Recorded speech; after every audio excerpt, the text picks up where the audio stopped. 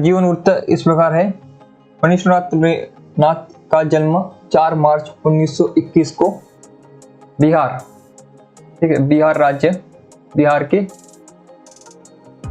ओराही हंगना गांव, अररिया जिला अंतर्गत पूर्वी पूर्णिया जिला में हुआ था। ठीक है, अभी इस कथानक में भी, इस उपन्यास में भी पूर्णिया जिले का ही वर्णन है। ठीक, पूर्णिया जिले का ये गांव है और उनका खुद का भी गांव पूर्णिया जिला ही था, पूर्वी पूर्णिया जिला।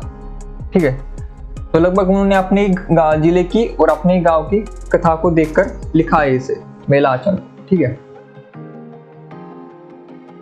पूर्णिया जिले का नाम बार बार उनके उपन्यासों में आता रहता है।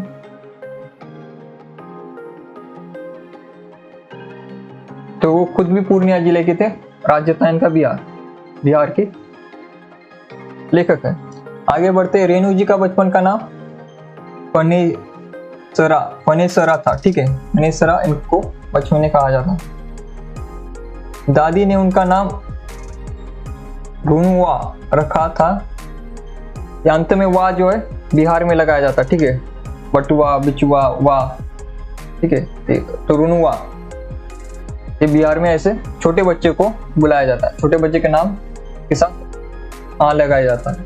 और कारण उनके जन्म के समय रुन यानी कि कर्ज लेना पड़ा था, तो दादी जी ने उसे रुनुआ किया, यानी कर्जवा कहकर पुकारती थी।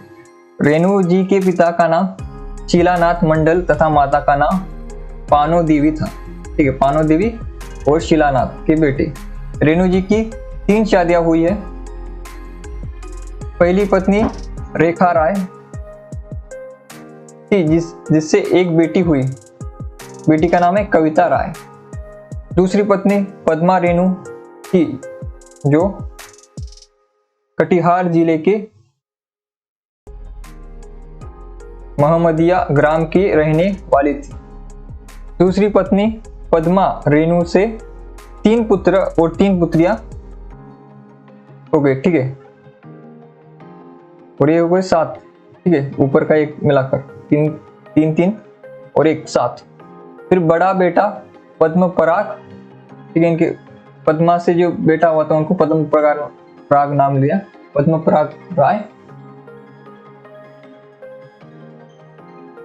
पारवीसंगज विधानसभा क्षेत्र से निर्वर्तमान विधायक है। ठीक है,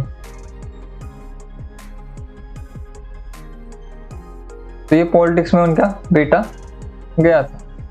सन 1942 की स्वतंत्रता क्रांति में अंग्रेजों ने रेणु जी को घोड़े से बांधकर पूर्णिया लेकर आया। यही जेल में रेणु जी को टीबी क्षय रोग हो गया। ठीक है,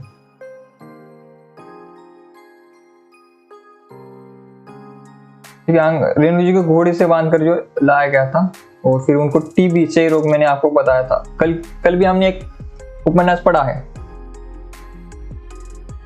आगे का, हाँ कल नहीं परसों पढ़ा था आगे का उपन्यास। उसमें भी एक पात्र है जिसको क्षय रोग हुआ था, उसका नाम बताइए। ठीक है, एक प्रश्न पूछ लेता हूँ, जो शेखर एक जीवनी है उसमें किस पात्र को क्षय रोग हुआ था, ये बताइए मुझे।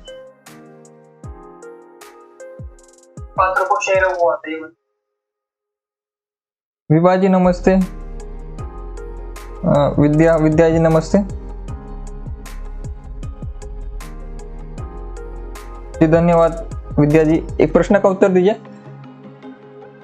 आगे जी का उपन्यास शेखर एक जूनी, उस उपन्यास में एक पात्र है जिसको भी क्षय रोग हुआ था, टीबी हुआ था, नाम क्या है उसका?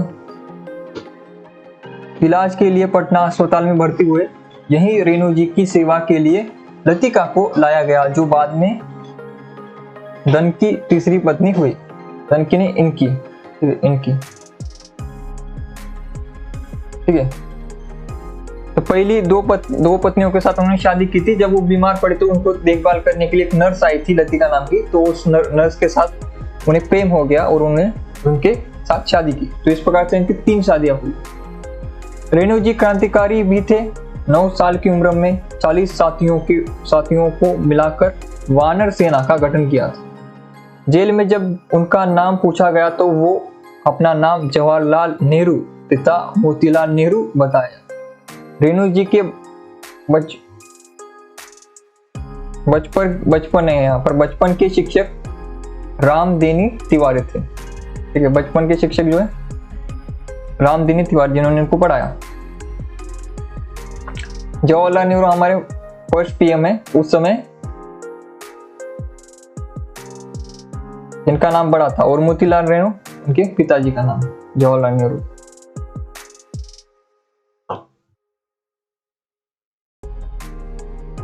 रेणु जी के बेटे ने भी एक इंटरव्यू में कहा था, रेणु जी पर जो है प्रभाव आपको मिलेगा इनका, पंत का, सुमित्रानंदन पंत। सुमित्रानंदन पंत की जो हेयर स्टाइल है बाल रखने की ऐसे बड़े इस तरह से तेरे नाम और स्टाइल वाले, तो वो जो है रेणु जी की बहुत पसंद थी, तो रेणु जी ने भी उसी प्रकार का स्टाइल रखा था। उनके बेटे ने एक बार इंटरव्यू में कहा था, और रेणु जी जो है इनसे प्रभावित है, इनसे, पंत से। ठीक है, पंत केवल उनके हेयर स्टाइल से प्रभावित नहीं, ये जो मेला आंचल है, ये मेला आंचल टाइटल भी उन्होंने पंत से ही लिया है। पंत की एक कविता है, पंत की एक कविता है, कविता से लिया गया ये टाइटल है। आपको बहुत कम लोगों को पता होगा, ठीक है, कहीं लिखा भी नहीं गया, लेकिन अगर आप आपको पंत को आपने बहुत अच्छे से पढ़ा होगा तो आपको पता चलेगा पंत की एक कविता है, उस कविता में मेला आंचल शब्द आता है, उसी मेला आंचल और उसी कविता को उन्होंने यहाँ पर भी लिया है इस उपन्यास में। ठीक है, रेणु जी के विद्यार्थी जीवन की पहली कहानी परीक्षा है, जो उनके गुरुजी रामदेनी तिवारी की पत्रिका में छपी हुई। परीक्षा नाम की उन्होंने पहली कहानी लिखी थी। रेणु जी की 9वीं तक की पढ़ाई फारबिसगंज में हुई तथा 10वीं की पढ़ाई नेपाल के कोइराला परिवार में, और काशी विश्वविद्यालय जो BHU है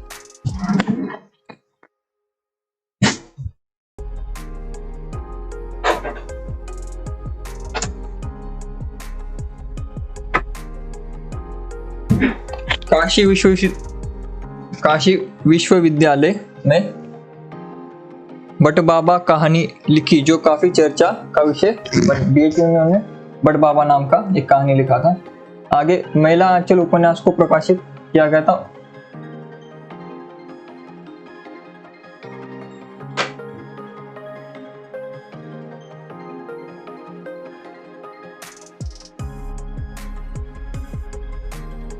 (1954) में। ठीक है, मेला आंचल को प्रकाशित किया गया था 1954 में।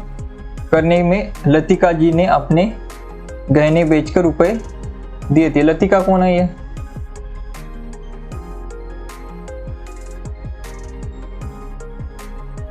कमेंट में बताइए।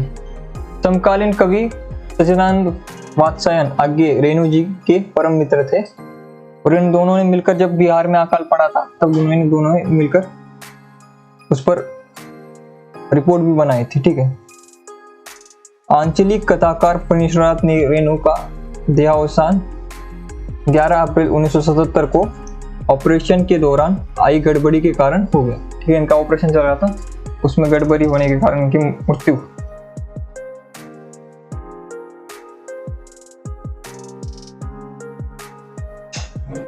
ठीक है, रेणु जी के 6 उपन्यास है। मेला आंचल, फिर परिकथा, दीर्घपथा, फिर जुलूस है, कितने चौराहे, पलटू बाबू रोड, जो है 6 उपन्यास इनके हैं।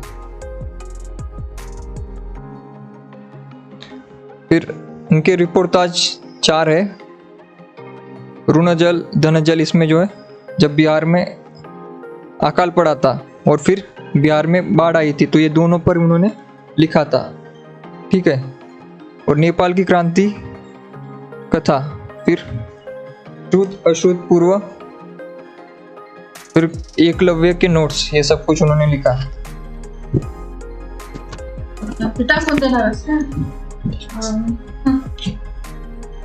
और इसके बाद उन्होंने संपादन किया है हाथ का जस, और फिर 3 अध्याय। रेणु पर संपादित रचनाएं, ये जो है इसे छोड़िए, आगे बढ़ते हैं।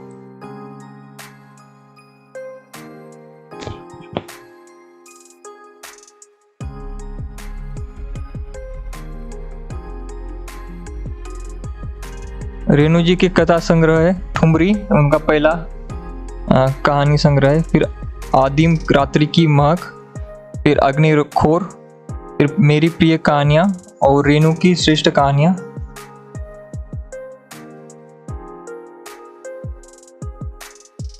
और उपन्यास तो हमने पढ़ा है, ये उपन्यास का कथानक है। परती परी कथा और दीर्घ पता, ये सारे उपन्यास के बाद में पढ़ेंगे, ठीक है। मेलांचल पर आते हैं सीधा।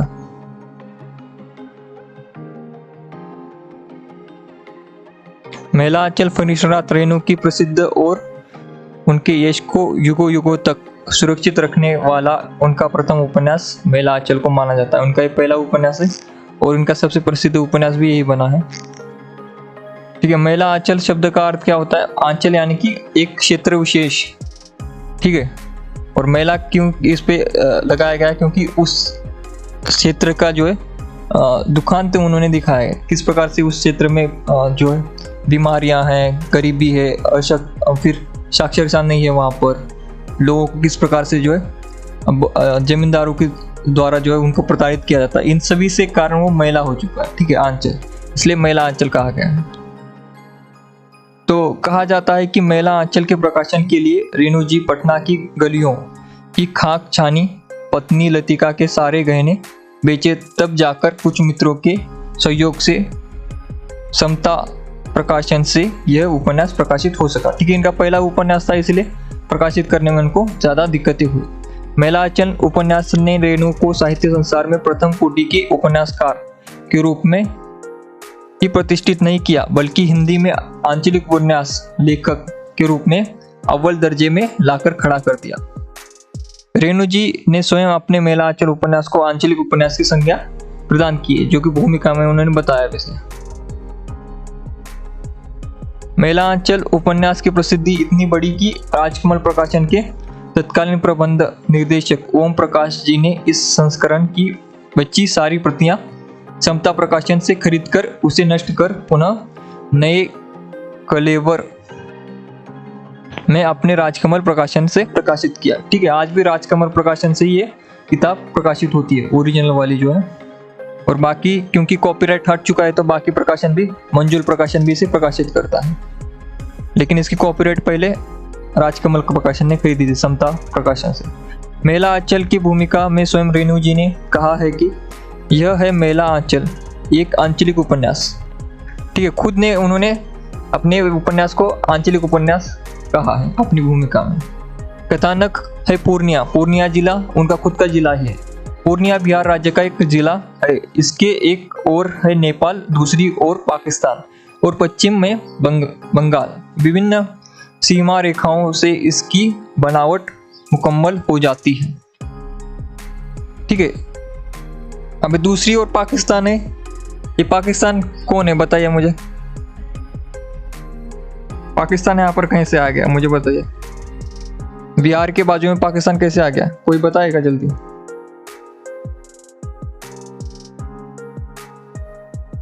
विद्या जी ये नोट जो आपको इसमें मिल जाएंगे, टेलीग्राम पर मिल जाएंगे, ठीक है। मैं आपको लिंक भेजता हूँ क्लास होने के बाद, हर क्लास होने के बाद उसके नोट्स में टेलीग्राम पर भेजता हूँ, ठीक है। मैं आपको टेलीग्राम का लिंक भेजता हूँ, जो विद्यार्थी नए हैं जिन्होंने सब्सक्राइब नहीं किया है या फिर जो टेलीग्राम चैनल से नहीं जुड़े उनके लिए। कमेंट बॉक्स आप चेक कीजिए, कमेंट बॉक्स में मैंने अभी लाइव चैट में एक लिंक भेजी है, ठीक है। एक लिंक भेजी है मैंने, वो लिंक को ज्वाइन कीजिए आप, ठीक है। जिनको नोट्स चाहिए वो लिंक को ज्वाइन कीजिएगा,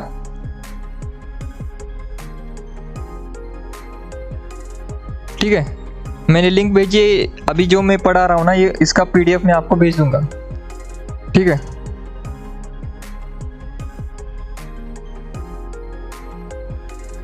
टेलीग्राम ग्रुप भेज दिया। मुझे बताइए, मैंने जो प्रश्न पूछा है ये पाकिस्तान कहाँ से आ गया बिहार के पास?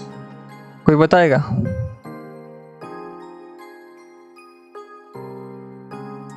तो पाकिस्तान और पश्चिम बंगाल विभिन्न सीमा रेखाओं से इसकी बनावट मुकम्मल हो जाती है। जब हम दक्षिण में संथाल पारगना और पश्चिम में मिथिला की सीमा रेखाएं खींच देते हैं। मैंने इसके एक हिस्से के एक ही गांव को पिछड़े गांव का प्रतीक मानकर इस उपन्यास कथा का क्षेत्र बनाया है। ठीक है, ये इन्होंने भूमिका में लिखा और ये भूमिका का बार बार प्रश्न आता है। ठीक है, तो पूर्णिया जिले के एक गांव को पिछड़ा गांव समझकर प्रतीक मानकर जो है उन्होंने इस उपन्यास को लिखा है। तो पाकिस्तान के बारे में किसी ने उत्तर नहीं दिया, पाकिस्तान कैसे आ गया यहाँ पर। ठीक है, पाकिस्तान यानी कि बांग्लादेश। ठीक है, जब भारत आजाद हुआ था 1947 में, ठीक है 1947 में जब भारत आजाद हुआ और पाकिस्तान अलग देश बना, तो पाकिस्तान के दो टुकड़े थे। ठीक है, आज जो वर्तमान समय में आप पाकिस्तान देखते हो वो एक पाकिस्तान था, और आज जो बांग्लादेश आप देखते हो वो भी पाकिस्तान का ही हिस्सा हुआ करता था। ठीक है, तो इसलिए बिहार के बाजू में पाकिस्तान था। ठीक है, तो ये पाकिस्तान आज के समय में बांग्लादेश नाम से जाना जाता है, लेकिन पहले पाकिस्तान था। ये पाकिस्तान के दो हिस्से थे, एक पंजाब की साइड वाला पाकिस्तान हुआ करता था और एक बिहार की साइड वाला जो पश्चिम बंगाल का आधा टुकड़ा था उसे भी पाकिस्तान का हिस्सा मानकर उन्हें अलग किया गया था 1947 में। ठीक है, तो उसे फिर बाद में 1971 में जो भारत ने इसको बांग्लादेश बनाया मदद करके। ठीक है, आज़ाद किया उनको पाकिस्तान से। तो ये पाकिस्तान दूसरी ओर उस समय पाकिस्तान हुआ करता था जब वो लिख रहे थे। महिला आंचल कथा में विविधता को लेकर भी रेणु जी कहते हैं, इसमें फूल भी है, शूल भी है, दूल भी है, गुलाब भी है, कीचड़ भी है, चंदन भी है, सुंदरता भी है, कुरूपता भी है। मैं किसी से दामन बजाकर निकल नहीं पाया। रेणु जी ने पूर्णिया जिले के जिस गांव को कहानी के केंद्र में रखा है वह गांव है मेरीगंज।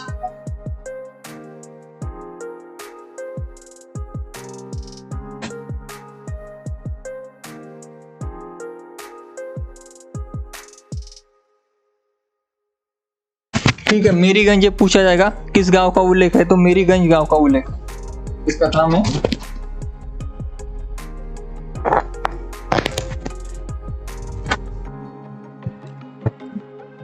कथा में जो है मेरीगंज गांव का उल्लेख है। यह गांव हर दृष्टिकोण से पिछड़ा हुआ था। वस्तुतः यह केवल एक गांव की कहानी नहीं अपितु भारत के प्रत्येक गांव की कहानी है। ठीक है, भारत के प्रत्येक गांव की यानी कि भारत की कहानी है, क्योंकि भारत में शहरों से ज्यादा गांव, यानी कि भारत की जो दुर्दशा उस समय थी, जो गरीबी थी, जो साक्षरता नहीं हुआ करती थी, अंधविश्वास ज्यादा था, और फिर किस प्रकार से वर्ग भेद था, वर्ण भेद था, ये सब कुछ जो इस कहानी में आप देख सकते हो वो सब कुछ भारत में था, तब भी था, आज भी कुछ हिस्सों में ये दिखाई देता है।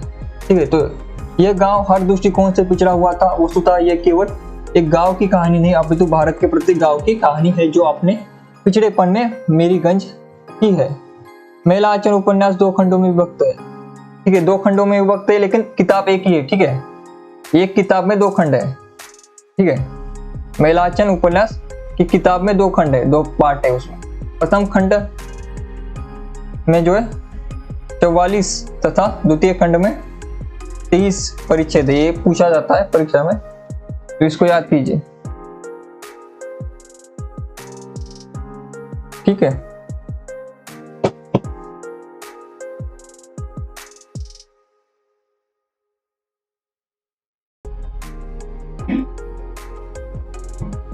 ठीक है, आगे बढ़ते खंड आपको याद रखने कितने हैं।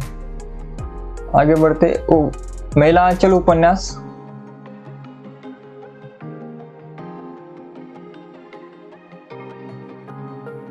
महिला आंचल उपन्यास में पात्रों की संख्या करीब 275 है, जिन्हें 5 प्रकार से वर्गीकृत किया जा सकता है: पुरुष पात्र, स्त्री पात्र, मुख्य पात्र, गौण पात्र और अन्य पात्र। ठीक है, अभी पुरुष पात्र देखेंगे। पात्रों पर प्रश्न पूछे जाते हैं क्योंकि इसमें कितने पात्र है, देखिए करीब 275 है। लेकिन इसमें जो प्रमुख पात्र है इनके नाम आपको याद होने चाहिए। इसमें नायक है हमारा पुरुष पात्रों में डॉक्टर प्रशांत, ये डॉक्टर है। ठीक है, पीएचडी वाला नहीं, वैद वाला डॉक्टर। ठीक है, जिसके पास आप दवा दारू करवाने जाते हो वो वाला डॉक्टर। डॉक्टर प्रशांत कर्मठ, कुशल,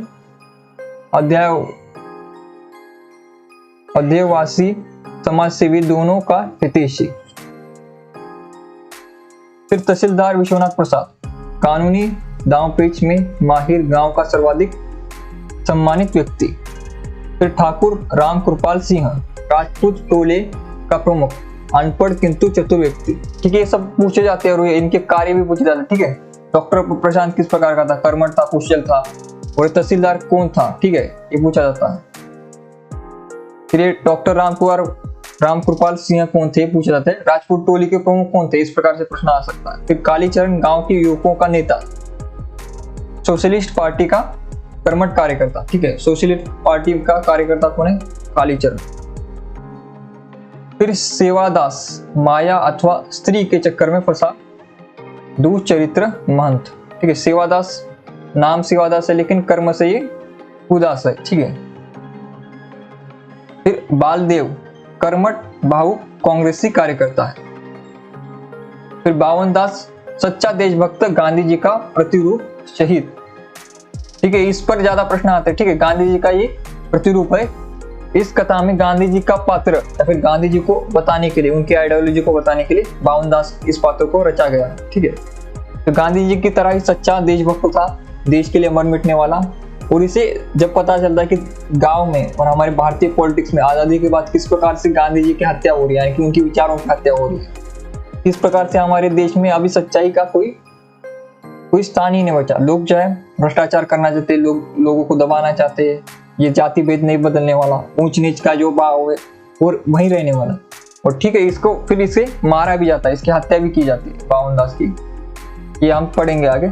रामदास दुर्बल चरित्र महंत है, ये महंत है। फिर चलित्रदास साहसी डकैत है, चलित्रदास जो है डकैत है ये। खिलावन यादव, यादव टोली का नेता। ठीक है, यादव टोली का नेता कौन है, राजपूत टोली का नेता कौन है, पूछा जाएगा। तो राजपूत टोली का नेता कौन है बताइए कमेंट में, अभी तो ऊपर पढ़ा है। फिर ज्योतिषी काका, पंडित, ओझा और पंडुक प्राणी। फिर नारी पात्र प्रमुख, कमला, ये सबसे प्रमुख पात्र है कमला। ठीक है, पुरुषों में डॉक्टर प्रशांत और स्त्रियों में कमला, ये प्रमुख पात्र है। ठीक है, तहसीलदार की अभागी बहुपुत्री, प्रशांत की प्रेमिका। और ये प्रशांत जो हमारे इधर नायक है कहानी के, उनकी प्रेमिका है। ठीक है, फिर लक्ष्मी, कीचड़ में फंसा कमल है। फिर ममता, ये 3 स्त्री पात्र है। फिर गौण नारी पात्र देखिए, मौसी पार्वती, गांव वालों की क्रूरता की शिकार, विधवा स्त्री, डायन का आरोप। ठीक है, मौसी पार्वती जो है एक सामान्य से महिला होती है, लेकिन गांव में क्या है, विधवा है। और जो विधवा होती थी उस समय जो है इतना अंधविश्वास फैला हुआ था देश भर में, तो कोई विधवा स्त्री है तो उसको कहा जाता था ये डायन है, कोई जादू टोना करती है, बच्चों को उठा कर ले जाती है। इस प्रकार के बहुत से विचार रखते थे पहले अंधविश्वास के कारण, और ऐसे विधवा स्त्रियों को बहुत ही परेशान किया जाता था लोगों के द्वारा, समाज के द्वारा। ठीक है, फिर मंगला, चरखा सेंटर की मास्टरनी। आभा नारी, कोमल हृदया, कांग्रेसी कार्यकर्त्री। फिर फुलिया, अनेक प्रेम प्रसंगों में फंसी युवती। फिर राम पियारिया, रामदास का नासुर कुटिल युवती। ये सारे गौण पात्र भी हैं। ठीक है, इन सभी का नाम याद रखना। फिर गौण पुरुष पात्र कौन से हैं, देखिए वासुदेव नाम का एक पात्र है, कालीचरण का दाहिना हाथ, दुर्बल व्यक्ति। ठीक है, कालीचरण का दाहिना है हाथ, उनकी राइट हैंड है। और तहसीलदार हरगोजी, अपनी धूर्तता का शिकार, भ्रष्ट तहसीलदार। प्यारू, डॉक्टर प्रशांत का कर्मठ सेवक। ठीक है, प्रशांत का राइट हैंड है। फिर ये प्यारू जो कि उसका सेवक है, काम करता है उसके लिए। फिर W.G. मार्टिन। ठीक है, इनका नाम पूछा जा सकता है। W.G. मार्टिन मेरीगंज गांव के नामकरण का मूलधार, हृदय अंग्रेज। ठीक है, तो मार्टिन वो व्यक्ति थे, अंग्रेज अफसर, जिनको इस गांव में जो नौकरी मिली थी काम करने की, और इनकी पत्नी का नाम था मेरी। ठीक है, मेरी इनकी पत्नी का नाम था, और मेरी इनकी पत्नी का मृत्यु हुआ था, तो उन्होंने मृत्यु के बाद जो यहाँ पर अस्पताल बनवाया छोटा सा, और अपनी पत्नी की याद में इस गांव का नाम मेरीगंज रखा। ठीक है, ये मेरीगंज नाम कहाँ से आया? अंग्रेजी स्त्री से आया। मेरी नाम की एक अंग्रेजी स्त्री थी जो एक बड़े अफसर की पत्नी थी, जिसकी मृत्यु हो जाने के कारण उन्हें इस गांव का नाम मेरीगंज रखा था उसकी याद में। ठीक है, सोमा जट खूंखार व्यक्ति है, पलासी विवाहतुर कामी व्यक्ति है।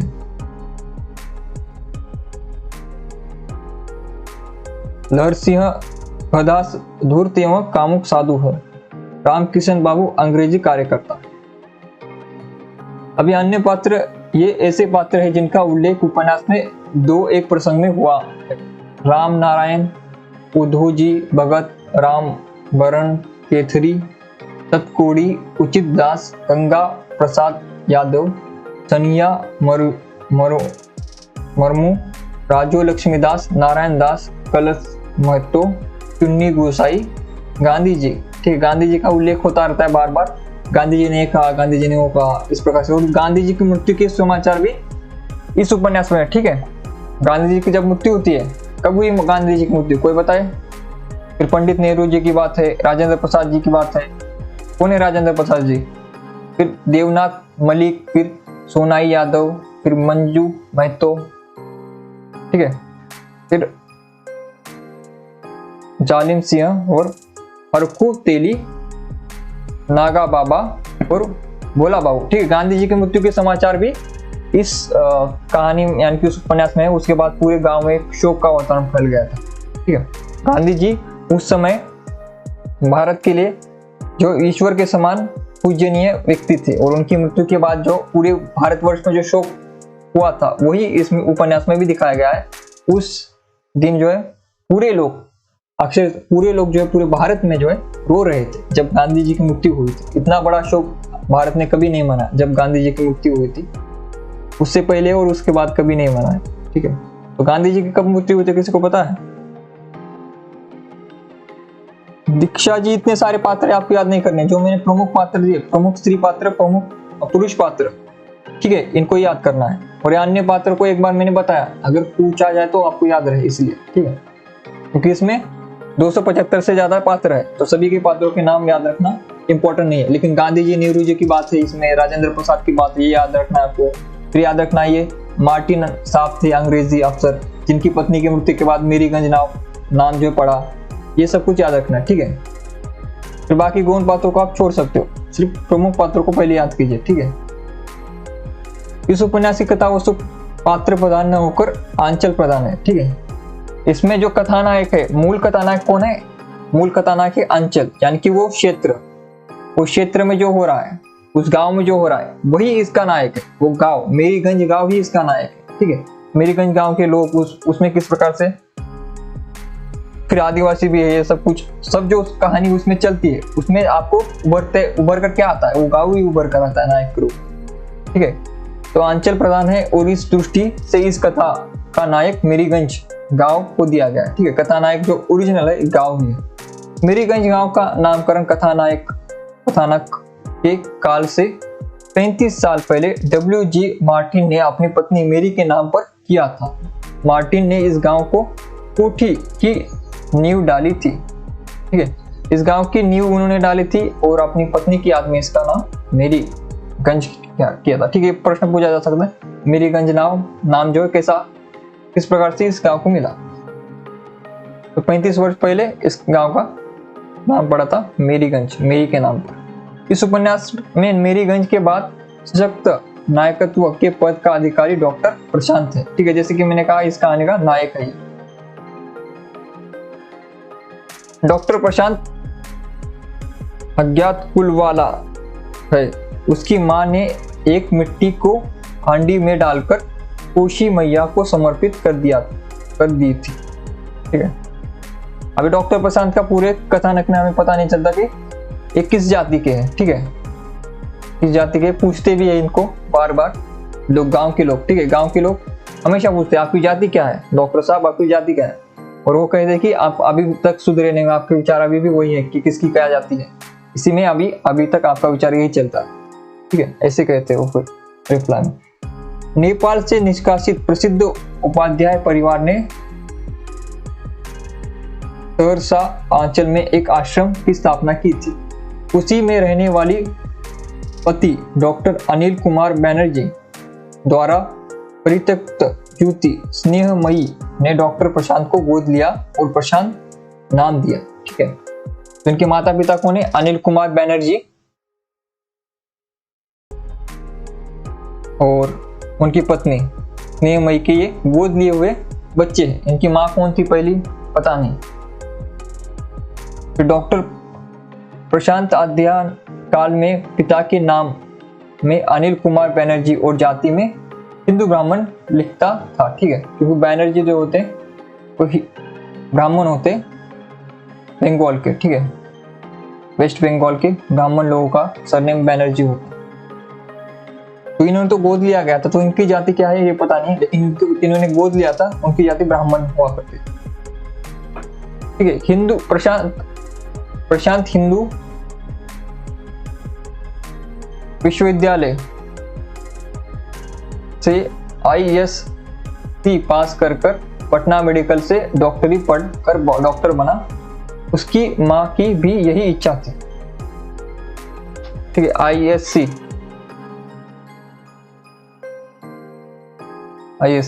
हिंदू विश्वविद्यालय कौन सा है? BHU की बात की जाए। ठीक है, सन 1942 के देशव्यापी आंदोलन में डॉक्टर प्रशांत को उपाध्याय परिवार के साथ नजरबंद कर लिया गया था। सन 1946 में कांग्रेसी मंत्रिमंडल के बाद सरकार प्रशांत को स्कॉलरशिप देकर विदेश भेजना चाहती थी। ठीक है, 1946 यानी कि ये कौन सी सरकार है ये? ठीक है, तब भारत सरकार नहीं थी, अंग्रेजों की सरकार थी, 1 साल पहले।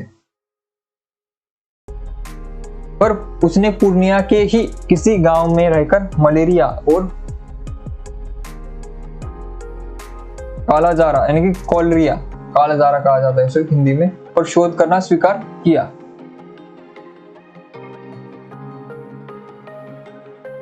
ध्यातव्य हो कि कोशी क्षेत्र हर साल मलेरिया और कालाजारा से पीड़ित रहा करता था। सैकड़ों लोग अकाल कलवित हो जाते थे। कालाजार ही कॉलरिया को जो है हिंदी पट्टी में कालाजार कहा जाता था। कॉलरिया का ही अपभ्रंश रूप है। डॉक्टर प्रशांत सहरसा के मेरीगंज गांव में मलेरियोलॉजिस्ट के रूप में अपना शोध कार्य करने हेतु आया।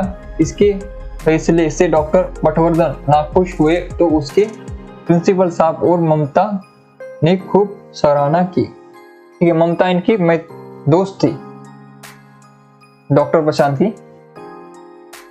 ठीक है, डॉक्टर पटवर्धन और प्रिंसिपल साहब खुश इसलिए नहीं थे कि प्रशांत जो है उनका सबसे अच्छा स्टूडेंट हुआ करता है। ठीक है, सबसे अच्छा डॉक्टर है और ये एक गांव में जाकर अपना कार्य करेगा, जबकि उनको लगता था कि विदेश में जाएगा, वहां पर जो बड़े बड़े लोगों की जो इलाज करेगा, बड़ा पैसा कमाएगा, अच्छा नाम कमाएगा। जबकि ये गांव में चला जाकर जो वहां पर तो उसको पैसा भी नहीं मिलेगा, कुछ भी नहीं मिलेगा। इस कारण से जो उसके गुरु जो है पटवर्धन और प्रिंसिपल साहब नाखुश होते हैं। मैरीगंज के लोगों के द्वारा ये पूछे जाने पर कि वह बंगाली है या बिहारी, तो इसका उत्तर डॉक्टर प्रशांत हिंदुस्तानी कहकर देते हैं। ठीक है, क्योंकि गांव के लोग आज भी ये मानसिकता होती है कि जब आप किसी को अपना नाम बताते हो तो वो कहते हैं सरनेम बताओ, और सरनेम जैसे ही बताते हो आप उसके हिसाब से आप बता देते हो। जैसे इनका सरनेम बैनर्जी था तो बैनर्जी से ही पता लगता है कि बंगाली थे, तो पूछते थे आप बंगाली हो क्या या फिर बिहारी हो, क्योंकि बंगाल और बिहारी पास है तो नाम इधर उधर हो जाते हैं या फिर लोग इधर उधर हो जाते हैं। ठीक है, तो पूछते बंगाली हो या फिर बिहारी हो आप। मेरीगंज में विश्वनाथ प्रसाद की लड़की कमला को हिस्ट्रिया के कारण बेहोशी का दौरा पड़ा था, जिसके इलाज में डॉक्टर प्रशांत खुद दिल का मरीज हो गया और डॉक्टर प्रशांत एक दूसरे से बेहद प्यार करने लगे। ठीक है, यहाँ पर थोड़ा लिखा गया। तो मेरीगंज में जो है विश्वनाथ प्रसाद जो है तहसीलदार साहब थे, बड़े आदमी। इनकी बेटी है कमला।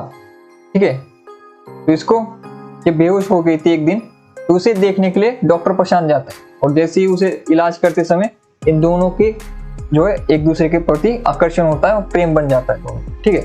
तो कमला और प्रशांत का एक दूसरे से प्रेम होता है, ठीक है। और ये आप याद रखना, ये नायक है या नायिका है कहानी के।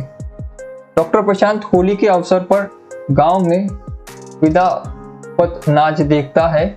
वह कमला से उत्पन्न संतान नीलोत्पल को अपने पुत्र के रूप में स्वीकार करता है, ठीक है। डॉक्टर प्रशांत और कमला को जो है पुत्र होता है, ठीक है। शादी से पहले इन दोनों को पुत्र हुआ था, और फिर वो अपने पिता के दायित्व को संभालता है डॉक्टर प्रशांत की मलेरियोलॉजिस्ट की 6 माही report Akhil Bharatiya medical gadget में प्रकाशित होता है। गैजेट के संपादक मंडल के 5 विख्यात डॉक्टरों में मद्रास के डॉक्टर टी रामास्वामी, फिर DTM केल तथा FRSJ एडिन ने डॉक्टर प्रशांत की खूब प्रशंसा की, ठीक है। मलेरिया पर इन्होंने रिपोर्ट बनाई थी गांव में रहकर, और वो रिपोर्ट जो है प्रकाशित हुई, और उस पर बाकी जो विद्वान डॉक्टर थे उन्होंने उनकी खूब तारीफ की, वो बहुत अच्छा काम करे। फिर कमला या फिर कमला और कमली एक ही का नाम है। तहसीलदार विश्वनाथ प्रसाद की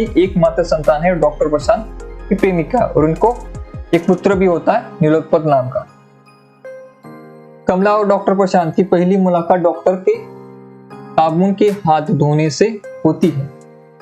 असल में पूरे गांव में केवल कमला ही है जो गम हुआ साबुन लगाती है।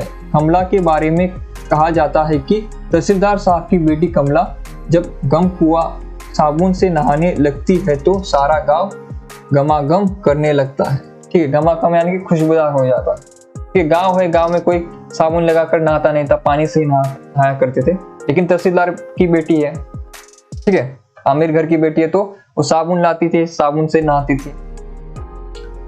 और जैसे कि डॉक्टर प्रशांत को बताया कि साफ सफाई रखने के लिए साबुन इंपॉर्टेंट है, जैसे आपने कोरोना में भी देखा होगा कि हैंड वॉश करना इंपॉर्टेंट होता है, तो उसी कारण से डॉक्टर प्रशांत उससे मिलने जाते हैं साबुन के लिए, ठीक है।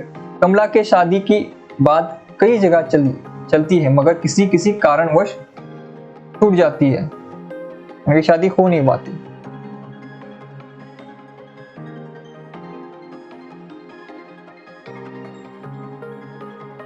आगे बढ़ते हैं।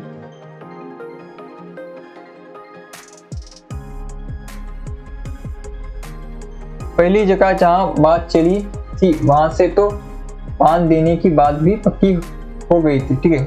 कमला की बात हो रही है, कमला की जहां पर पहली बार शादी करने की वो गए थे, तो उनके तरफ से जो पान के पक्के होने के यानी कि उन्होंने बात पक्की की थी कि शादी होगी, लेकिन फिर वो छूट गई। दूसरी जगह जहां बात हुई उसके घर में आग लग गई, ठीक है। शादी जिसके घर में हो रही थी उसके घर में आग लग गई, तो उन्हें लगा कि शगुन अच्छा नहीं है इस लड़की का, तो उन्होंने छोड़ दिया। तीसरी जगह लड़के को मैया यानी कि चेचक हो गया और उसका इंतकाल हो गया, यानी कि वो मर गया, ठीक है। जहाँ पर शादी करने जाती है वहां पर वो कुछ ना कुछ बुरा हो ही जाता है। कमली के लिए अंत में एक छबरिया केत को घर जमाइया रखने के लिए लाया गया। माना जाता है कि उसी दिन से कमली को मर्गी आने लगी। मर्गी का एक झटका होता है ना, मृगी का झटका, तो ये वो उसे आने लगा। उसकी ही इलाज के लिए डॉक्टर प्रशांत आया करते थे। मृगी का झटका उसे आया करता था, आपने देखा होगा। उससे क्या होता है, चक्कर आ जाता है और फिर पूरी बॉडी जो है वाइब्रेट करने लगते हैं उनकी, और चक्कर आकर गिर जाते हैं, ठीक है। तो मृगी का दौरा उनको लगता था। तो लोगों का मानना था कि कमला मैया नदी जो कोशी क्षेत्र में बहती है, ये मनोती से जन्म ली है। वह नहीं चाहते हैं कि कमला की शादी हो, कारण कमला मैया की कुमारी है, ठीक है। तो गांव में क्या होता है, किसी की शादी नहीं होती तो वो लोग ऐसे कुछ अंधविश्वास के साथ कहते कि इस नदी की ये बेटी है, इसको देवी बनाओ, और इसको क्या फिर बना दे, देवदासी बना देंगे, ठीक है। मैया बना देंगे, देवदासी बना देंगे और मंदिर में भेज देंगे। फिर मंदिर में वो पुजारी होते हैं, वो जो क्या करते, इनका शोषण करते, जो कि पहले हुआ करता था।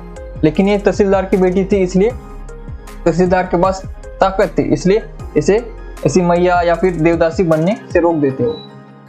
लेकिन कोई गरीब घर की लड़की होती तो उसको जरूर बना देते ये लोग, ठीक है। कोई मैया या फिर देवदासी। कमला नल दमयंती पुस्तक में नल दमयंती के नीचे प्रशांत और कमला लिखती है, ठीक है, इसका प्रेम है। और नल दमयंती प्रेम जो कथा है उसमें भी यही है, प्रेम प्रेमिका, उसकी जगह वो प्रशांत और कमला लिखते हैं, यानी कि उसे लगता है कि मेरा भी प्रेम इसी प्रकार से नल दमयंती था। डॉक्टर प्रशांत को माटी का महादेव मानती है, ठीक है, महादेव यानी कि पति परमेश्वर, जो हमारे भारतीय संस्कार में कहा गया कि स्त्री के लिए पुरुष जो है परमेश्वर है, उसी प्रकार से ये संदर्भ है माटी का महादेव। फिर कमला डॉक्टर प्रशांत को गांव की चालबाज लड़की कुसुमी से बचाकर रखना चाहती है, ठीक है, कमला किससे बचाना चाहती है? कुसुमी, जो कि चालबाज लड़की है और प्रशांत को जो फंसा सकती है, तो उससे बचाना चाहते हैं। कमला डॉक्टर प्रशांत के साथ खूब होली खेलती है, ठीक है। यहाँ पर ज्यादातर कहानी में कमला और प्रशांत की कहानी है, ये नायक और नायिका है इस उपन्यास की। कमला डॉक्टर प्रशांत के एक पुत्र की माँ भी बनती है।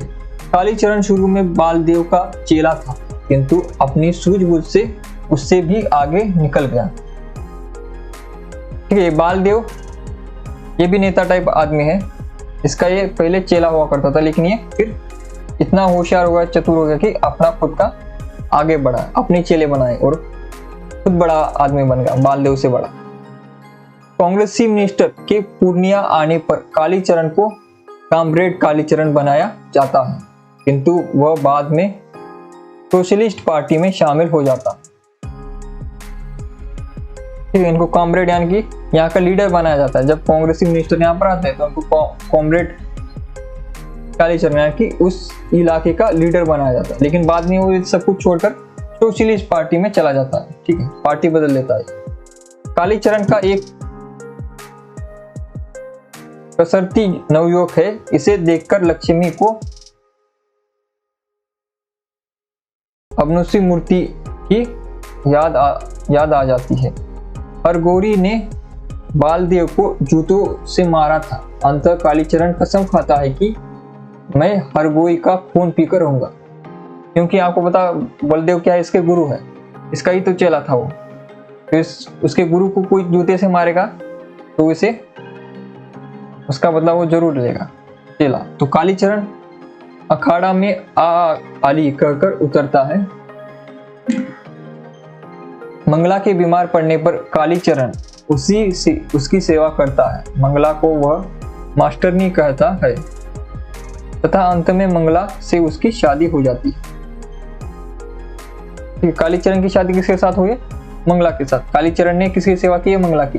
वैसे डॉक्टर प्रशांत ने सेवा किसकी की थी? कमली की, और उनकी भी शादी हो जाती है, ठीक है। दोनों की स्टोरी लगभग एक जैसी। फिर कालीचरण चंपापुर के मेले में पंजाबी पहलवान मुश्ताक का चेला चांद को कुछ ही मिनटों में हरा देता है। आगे बढ़ते हैं। आगे है कालीचरण सोमा जाट और वासुदेव द्वारा किए गए डकैती का दोष अपने ऊपर से लेता है, जिसके कारण उसे जेल हो जाती है, ठीक है। ये भी पूछा जा सकता है कालीचरण ने किसका दोष अपने ऊपर लिया था? सोमा जाट और वासुदेव, ठीक है, जो उसके इनका दोनों का और अपने ऊपर दोष ले लेता है और जेल चला जाता है। कालीचरण की सबसे बड़ी विशेषता है कि वह दुर्बल और शोषितों की हमेशा रक्षा करता है, ठीक है। पॉजिटिव जो है कैरेक्टर है कालीचरण। जी कांचन जी खून पी लेगा ये कालीचरण, ठीक है। जो गलत आदमी है उसका खून पी लेगा कालीचरण। बलदेव महिला आंचल का वैसा पात्र है जो कहानी में सबसे अधिक उपस्थित रहता है, ठीक है। बलदेव जहाँ कहानी है वहां पर बलदेव आ जाता है बीच बीच में। जैसे कैमरा आप देखकर कुछ लोग होते हैं ना, कैमरा के सामने आ जाते हैं 5-5 मिनट में, उस प्रकार से बलदेव कहानी में बीच बीच में हमेशा टपकता बढ़ता है। बलदेव चंदपट्टी का रहने वाला था, किंतु एक घटना के बाद मेरीगंज में ही रहने लगता है, ठीक है। चंदपट्टी से मेरीगंज आ जाता है, ठीक है। रेणु जी ने बालदेव बालदेव के माध्यम से वैसे कांग्रेसी नेता का जिक्र किया है जो बड़ा नेता तो नहीं बन सका किंतु निष्काम भाव से पार्टी से जुड़ा रहा और समाज सेवा में हमेशा लीन रहा। ठीक है, बालदेव क्या है? बालदेव एक सच्चा नेता है, अच्छा नेता है। ठीक है, और अच्छा और सच्चा नेता कभी भी ऊपर नहीं पहुंचता, वो नीचे ही रह जाता। ठीक है, क्योंकि नेतागिरी करने के लिए आपको बुरे काम भी करने पड़ते हैं, बुरे कामों के साथ ही आप ऊपर उठ सकते हो। आप अच्छा काम करोगे, भलाई काम करोगे, किसी को पसंद नहीं आएगा, आपको निकाल देंगे पार्टी से। ठीक है, इसलिए बालदेव भी क्या है? हमेशा ही नीचे रहा। अगर वो बुरी काम करता तो क्या पता है वो वहां पर गांव का सरपंच बन जाता या फिर तहसीलदार बन जाता तालुके का, लेकिन वो अच्छे काम करता है इसलिए वो हमेशा नीचे ही रहे। बाप नहीं रहने के कारण गांव के लोग बालदेव को टुरवा कहते थे। ठीक है, जैसे कि आपको गांव में पता है, गांव में इस प्रकार से होता है, जो अनाथ है उसको टुरवा, जो लंगड़ा है उसको लंगड़ा, अगर कोई बहरा है, काना है, ये सब कुछ गांव में जो है इस प्रकार से बोला ही जाता है, मजाक उड़ाया जाता है। सभी ने देखा होगा, आपके गांव में ये सब कुछ चलता है। लेकिन ये सब कुछ होने के बावजूद भी गांव में लोगों की एकता ज्यादा होती है। ठीक है, ऊपर से वो कटु होते, अंदर से कोमल होते। शहर में इसका उल्टा है, शहर में आपको सभी लोग मैडम सर इस प्रकार से बोलेंगे, जी सर, हाँ जी, लेकिन आपकी मदद के लिए कोई नहीं आएगा। ठीक है, उल्टा होता है। गांव में आपको टुरवा बोलेगा, अनाथ बोलेगा, लंगड़ा बोलेगा, लेकिन कभी आपको दिक्कत आएगी तो वो दौड़ कर आ जाएगा। ठीक है, तो गांव का ये वातावरण इस प्रकार से, बाहर से कटु होते गांव के लोग, अंदर से कोमल होते। बालदेव की माँ कहा करती थी, मेरा बालदेव तो कुमार है, मेरा बालदेव टुअर नहीं। ठीक है, तो मेरा बालदेव कुंवर है, कुंवर है, बालदेव टुअर नहीं। कुमार ने कुंवर है, कुंवर। ठीक है, माँ के मरने के बाद बालदेव बहुत दिनों तक अघोधी भागत की भैंस चराता रहा। बालदेव रामकृष्ण बाबू और उनकी पत्नी माई जी के कारण कांग्रेसी पार्टी के सदस्य बने। ठीक है, रामकृष्ण बाबू ने ही इनको पार्टी में लिया। ठीक है, जैसे बड़ा हुआ बालदेव तो उसे रामकृष्ण बाबू ने अपने पार्टी में लिया और उसने पार्टी में अच्छा काम किया तो वो अच्छे पोजीशन पर पहुंचा पार्टी में। विनम्रता और अहिंसा बालदेव के चरित्र के दोनों महत्वपूर्ण गुण थे। डॉक्टर प्रशांत के प्रथम बार मीरगंज यानी कि मेरीगंज गांव आने पर बालदेव ही उसका स्वागत करते। ठीक है, ये भी याद रखना, बालदेव मेरीगंज में आने पर डॉक्टर प्रशांत हमारे नायक का स्वागत कौन करता है? बालदेव लक्ष्मी में साक्षात भारत माता का दर्शन करता है। लक्ष्मी जो पात्र है, लक्ष्मी की प्रेरणा से ही बालदेव वैरागी धारण करता। ठीक है, वैरागी यानी कि आजीवन वो शादी नहीं करी, वैरागी बन जाता है, साधु संत बन जाता है। एक समय बालदेव और लक्ष्मी पति पत्नी हो जाते। ठीक है, लक्ष्मी क्या है? बालदेव के लिए प्रेमिका है। ठीक है, यहाँ पर इन दोनों का जोड़ा है, डॉक्टर प्रशांत का किसके साथ है? कमली के साथ। ठीक है, और बालदेव के चेला कालिदास का किसके साथ जोड़ा है बताइए? कालिदास की प्रेमिका कौन है? पूछा जाएगा। ठीक है, रेणु जी ने बावन दास को गांधी जी का लघु संस्करण के रूप में प्रस्तुत किया है। इस कहानी में जो बावन दास है गांधी जी का प्रतीक है, ये पूछा भी जाएगा प्रश्न। ठीक है, क्या पूछा जाएगा प्रश्न कि महिला अंचल इस उपन्यास में गांधी जी का प्रतीक पात्र कौन है? इस प्रकार से प्रश्न है। ठीक है, बावन दास की रूपाकृति के बारे में उपन्यासकार कहते हैं, पूर्व जन्म का फल अथवा सिरजनहार की मर्जी, प्रकृति की भूल अथवा थायराइड यानी थायराइड, थाइमस और प्यूटिटरी गैलेट्स के हेर फेर, 1.5 हाथ की ऊंचाई, सांवला रंग, मोटे कोट, अचरज में डाल देने वाली दाढ़ी और चौंका देने वाली मोटी आवाज। महात्मा गांधी के आह्वान पर बावन दास सन 1930 में कांग्रेस का वॉलंटियर बना। वॉलंटियर यानी कि सेवक। ठीक है, निस्वार्थ रूप से जो सेवा करते पार्टी में उसको वॉलंटियर कहा जाता है। स्वयं सेवक जिसे हिंदी में कहा जाता है, स्वयं सेवी बना 1930 में बावन दास के बारे में रेणु ने कहा है, एक प्रश्न आता है। ठीक है, ठीक है, तो लक्ष्मी और बालदेव तो मुझे कालिदास का बताइए ना, लक्ष्मी का तो हो गया, कालिदास का बताइए। करिश्मा जी नमस्ते। इधर हमने पढ़ा था पीछे, कालिदास की प्रेमिका कौन है, पीछे पढ़ा था हमने, ठीक है। कालिदास की है मंगला, यहाँ पर देखिए यही प्रश्न पूछ रहा था, कालिदास की कौन है, मंगला। और डॉक्टर प्रशांत की प्रेमिका कौन है, कमला। और बलदेव की लक्ष्मी, ठीक है। याद रखना है किसका कौन है। इससे क्या होगा, याद रखोगे आप जोड़ी को, तो जोड़ी से जो आपके पात्र भी बन जाएंगे, 6 पात्र याद हो जाएंगे आपको जोड़ी से। और फिर कथानक भी आ जाए तो आप गेस कर सकते हो, ये प्रेम वाली बात ये लड़की कह रही है तो ये लड़की इसको कह सकती है, ठीक है। अगर प्रेम वाली बात अगर डॉक्टर प्रशांत कहेगा तो किससे कहेगा, कमला से कहेगा। तो इस प्रकार से आप याद कर सकते हो उसे, ठीक है। बावन दास की शरीराकृति के कारण गर्भवती औरतें छिप जाती अथवा छिपा दी जाती, ठीक है। बावन दास की शारीरिक कृति को देखकर बावन दास ने जेल में सुपरिटेंडेंट की बदनामी के खिलाफ 25 दिन का अनशन किया था, ठीक है। अनशन जो गांधी जी का दिया हुआ अनशन, क्योंकि बावन दास किसका प्रतीक है, गांधी जी का। फिर राम किष्णु यानी कि राम किशन को किष्णु, राम किष्णु बाबू की स्त्री अभारा रानी बावन दास को भगवान बावन का अवतारी मानती है, ठीक है। रामकृष्ण की पत्नी का नाम भी पूछा जा सकता है, अभा रानी, ठीक है। अभा रानी रामकृष्ण बाबू की पत्नी है। रामकृष्ण बाबू कौन है, जिन्होंने इनको पार्टी में लिया था। बावन दास अभा रानी को माँ कहते हैं, ठीक है। तो ये यहाँ पर अभा रानी और बावन दास का संबंध कैसा है, बेटी और माता का। बावन दास कद में इतने छोटे थे कि एक बार उनके भाषण के दौरान स्वयं पंडित नेहरू अपने हाथ में माइक संभाले हुए थे, ठीक है। ये सब कुछ है मजाक उड़ाने के लिए कहा जाता है उनका, ठीक है। हाइट से वो छोटे थे। स्वराज्य में नाम लिखने के बाद, स्वराज्य यानी कि स्वराज्य में नाम लिखने के बाद बावन दास को 2 बार माया ने अपने मोहपाश में बांधने का प्रयास किया था। बावन दास एक बार सिमराहा स्टेशन के बाजार में मुठिया चावल बेचकर उससे 2 आने की जलेबियां खाता है।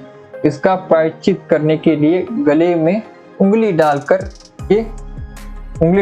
ये करता है कि यानी कि उल्टी, और 2 दिनों तक अनशन रखता है, ठीक है।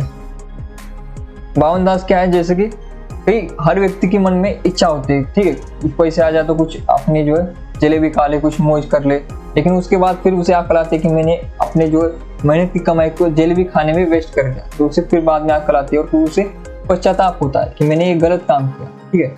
उस चावल से वो जो दूसरे भी अच्छे काम कर सकता था, लेकिन उसने जलेबी खरीद कर खा ली, पैसे को बर्बाद कर दिया। तो इसलिए वो उसकी उल्टी करता है प्रायश्चित के लिए, और 2 दिन तक भूखा रहता है। एक बार चंदन पट्टी के आश्रम में सोई हुई तारावती को देखकर बावन दास के मन में वासना जगता है, किंतु अपने आप को संभालता है। इसके प्रायश्चित के लिए वो 7 दिनों तक उपवास रखता है, ठीक है। कुछ भी हो जाए वो उपवास रखेगा, ठीक है। कोई गलत काम करेगा तो उसका प्रायश्चित वो उपवास से रखता है। बावन दास की मृत्यु कांग्रेस पार्टी के कार्यकर्ता, ठीक है। ये यहाँ पर एक इस कहानी का सबसे सैड पार्ट यहाँ पर आता है कि जब बावन दास को मारा जाता है, बहुत ही अमानुष रूप में जो इनको मारा जाता है बावन दास को। तो इसको याद रखिए, परीक्षा में आएगा। बावन दास की मृत्यु कांग्रेस पार्टी के कार्यकर्ता दुलार चंद कापरा की अनीति का विरोध करने के कारण उसी के गाड़ी से कुचल कर दी जाती है, ठीक है। दुलार चंद कापरा की जो अनीति वाले,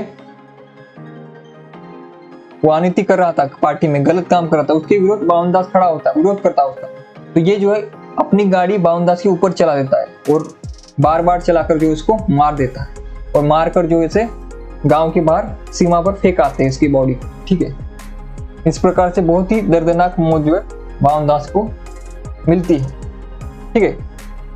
तो ये किसका प्रतीक है कि देश में अगर आप सच बोलोगे तो आपकी इसी प्रकार से मृत्यु होगी, ठीक है। जो कि शाश्वत सत्य भी है, ठीक है, कि बुरे लोग इतने बढ़ चुके हैं देश पे दुनिया में कि आप अगर कोई अच्छा आदमी होता है तो उसे या तो चुप किया जाता है, या फिर उसे भ्रष्ट किया जाता है, या फिर उसे मार दिया जाता है। तो यहाँ पर यथार्थवाद को उन्होंने दिखाया, ठीक है, यथार्थवाद को उन्होंने दिखाया। किसने? रेणु ने। बावन दास के चितड़े हुए लाश को हवलदार और राम बुजवान सिंह ने उठाया और दुलार चंद काफरा ने पाकिस्तान की सीमा में टिकवा दिया, ठीक है। ये जानबूझकर क्या किया है हवलदार के साथ मिलकर, और जो इस भ्रष्ट व्यवस्था को दिखा रहा है, ठीक है, जो हमारे सरकार में जो पद है जैसे पुलिस है सब कुछ, उसमें जो भ्रष्टाचार फैला हुआ है, जिसमें क्या करते हैं बड़े आदमियों को सुनकर जो है हवलदार क्या करते हैं, इसकी लाश उठाकर पाकिस्तान फेंक देते हैं, पाकिस्तान और भारत की सीमा पर, ठीक है। इस तरफ भारत है और इस तरफ पाकिस्तान है। जैसे कि मैंने बताया पाकिस्तान क्यों है यहाँ पर, बिहार के पास पाकिस्तान कैसे आया मैंने बताया था। इस सीमा पर फेंकने का फायदा क्या है कि यहाँ पर अगर सीमा में कोई फेंका जाता है तो पाकिस्तान भी नहीं कह सकता ये हमारा आदमी है और भारत भी नहीं कहेगा हमारा आदमी। देख लो भाई क्या है, ठीक है। झगड़ा तो हमारे जैसे सीमा का वाद है, अभी तक सुलझा नहीं है। उसी प्रकार से एक आदमी का कब सुलझेगा कि ये राज किसकी है, तो जानबूझकर यहाँ पर फेंक देते जिससे किसी पर भी आरोप ना है। दो देश लड़ते रहे, ये तुम्हारा है, ये कहेगा नहीं मेरा नहीं तुम्हारा है, पाकिस्तान बोलेगा तुम्हारा है, भारत बोलेगा तुम्हारा है। इस प्रकार से लड़कर जो है केस वहीं पर अटक जाए और किसी को सजा ना मिले, इस प्रकार से वो पाकिस्तान की सीमा पर आकर फेंक देते। पाकिस्तानी सैनिकों ने सुबह में बावन दास की लाश को भारत पाकिस्तान की सीमा पर बहने वाली नागरी नदी में बहा दिया और उसकी झोली में एक पेड़ पर टंगा दिया, ठीक है। इसी प्रकार से करते हैं भारत पाकिस्तान का युद्ध। तो क्या क्या एक लाश उधर फेंक दी और जो सामान जो है भारत में फेंक दिया, जो भारत के लोगों ने उसकी लाश पाकिस्तान में फेंकी थी, ठीक है। इस प्रकार से बावन दास की झोली को जिस पेड़ पर लटकाया गया वहां चिथरिया वीर के रूप में पूजा होने लगी, ठीक है। तो उसके मरने के बाद उसे चिथरिया वीर नाम से पूजा जाने लगा, उसे देवता का स्थान मिल गया, ये बन गया ग्राम देवता। अभी कभी भी कोई उत्सव होगा कुछ भी होगा तो यहाँ पर आकर लोग पूजा करेंगे, फल फिर क्या नारियल फोड़ेंगे, फूल चढ़ा देंगे, इस प्रकार से जो है होगा। लेकिन उसकी जो बातें थी बावन दास की वो कोई अपनाएगा नहीं। विश्वनाथ प्रसाद मेला अंचल के शोषक वर्ग का प्रतिनिधित्व करने वाले पात्र है तथा कानूनी दांवपेच में माहिर है। विश्वनाथ प्रसाद की बेटी का नाम क्या है? विश्वनाथ प्रसाद की बेटी का नाम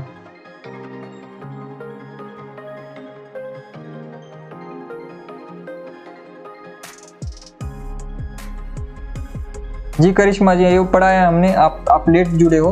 हिस्ट्रिया नाम की बीमारी थी, उसी का इलाज करने डॉक्टर प्रशांत आते हैं और दोनों में प्रेम होता है। धीरज जी, इसका जो पीडीएफ जो आपको टेलीग्राम ग्रुप पर मिल जाएगा, आप टेलीग्राम ग्रुप ज्वाइन कीजिए, पिन कमेंट में इसका लिंक है, ठीक है। ठीक है, कमला सही उत्तर है, कमला इनकी बेटी का नाम है, ठीक है। और किसका प्रतीक है ये? शोषक वर्ग का प्रतिनिधित्व करने वाले पात्र है तथा कानूनी दांवपेच में माहिर।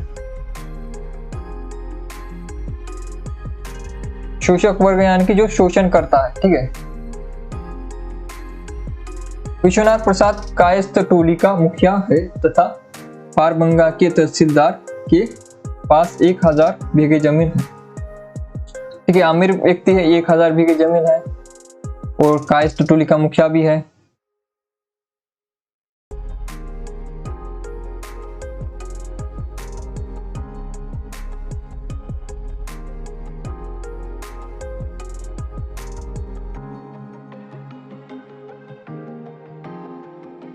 जी करिश्मा, चतरिया पीर का अर्थ होता है बूढ़ा व्यक्ति या फिर महान व्यक्ति है। इस्लाम धर्म में पीर शब्द का प्रयोग किया जाता है। कायस्थ टोली को गांव के अन्य जाति के लोग मालिक टोला कहते हैं तथा राजपूत टोली के लोग केथी टोला कहते हैं, ठीक है। तहसीलदार विश्वनाथ प्रसाद की ही बेटी कमली है जो मानसिक रोग से ग्रसित रहती है, ठीक है। मानसिक रोग से भी ग्रसित है ये। नए सर्जिकल मैनेजर के कहने पर विश्वनाथ प्रसाद ने तहसीलदारी को पाप की गठरी कहते हुए तथा सूखी हड्डी समझते हुए इस्तीफा दे दिया। ठीक है, तो इन्होंने अपनी तहसीलदारी छोड़ दी। किसके कहने पर? नए सर्जिकल मैनेजर के कहने पर। स्त्री पात्रों में लक्ष्मी, कमली और ममता में लक्ष्मी इस उपन्यास की जितनी घटनाओं और पात्रों से संबंध और संबंधित रखती है उतना अन्य स्त्री पात्र नहीं। लक्ष्मी पसराहा मठ के महंत राम गोसाई के सेवक रामचरण की बेटी है। पिता की मौत हैजे की चपेट में आने से हो गई थी। बेटी की तरह कहने वाले 50 वर्ष का बड़ा हीदड़ और नरपशु सेवादास लक्ष्मी की अबोधा अवस्था में ही अपने हवस का शिकार बनाने लगा था। ठीक है, जो सेवादास था वो महंत था, ये महंत है वहां का महंत जो है, तो महंत है और जो है इसका जो शारीरिक शोषण करता है, किसका? लक्ष्मी का। ठीक है, लक्ष्मी जो यहाँ पर एक देवदासी की तरह काम करती है मंदिर में, तो वो उसका शोषण करता है। फिर देवदास सेवादास की तरह उसका चेला रामदास भी लक्ष्मी के साथ जबरदस्ती करता है और उसे गर्भवती बना देता है। ठीक है, तो लक्ष्मी का शोषण किसने किया है? दो व्यक्ति यहाँ पर आते, रामदास जो कि सेवादास का चेला है, सेवादास भी करता है और उसका चेला रामदास भी करता है लक्ष्मी का शोषण, उसे गर्भवती भी बना देता है। ठीक है, अपने कुकृत्यों के कारण सेवादास सूरदास अंधा हो गया और रामदास को मिर्गी आने लगी। ठीक है, तो एक गांव में कहा जाता है, ठीक है, कि आप बुरा करोगे तो आपका भी बुरा हो। तो यहाँ पर वही अंधविश्वास दिखाया गया है कि जिन्होंने बुरा काम किया तो ईश्वर ने इनको सजा दे दी। ठीक है, परिस्थितियों की व्यवस्था के कारण ही लक्ष्मी मठ की दासी और रखेल का जीवन व्यतीत करने को विवश होती है। डॉक्टर ममता दरभंगा के प्रसिद्ध डॉक्टर काली प्रसाद श्रीवास्तव की पुत्री है, जिसने हेल्थ यूनिट की स्थापना की थी। ममता, आपको पता, ममता किसके दोस्त है, किसकी मित्र है? ये ममता किसकी मित्र है? डॉक्टर ममता प्रशांत की मित्र है।